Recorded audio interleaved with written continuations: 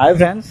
నిన్న తమిళనాడులో ఒక ఇన్సిడెంట్ జరిగింది ఫ్రెండ్స్. అదేంటంటే ఎస్బీఐలో పనిచేసే ఒక వ్యక్తికి సివిల్ స్కోర్ తక్కువ ఉందని చెప్పి అతని జాబ్లో నుంచి తీసేశారు. అతను కోర్టులో కేసేస్తే ఆ కోర్టులో జడ్జి కూడా ఇంకే సివిల్ స్కోర్ తక్కువ ఉంటే ఇంకా యువతర వాళ్ళని లోన్ల గురించి ఎట్లా ఇది చేస్తామని చెప్పి జడ్జి కూడా జడ్జిమెంట్ ఇచ్చారంట. అతను జాబ్లో చేరింది పాపం ఈ మన ఈఎంఐలు ఉన్నాయని చెప్పి కదా, ఆ విషయం ఎట్లా మీరు గుర్తించలేకపోతున్నారో నాకైతే తెలియట్లేదు ఫ్రెండ్స్.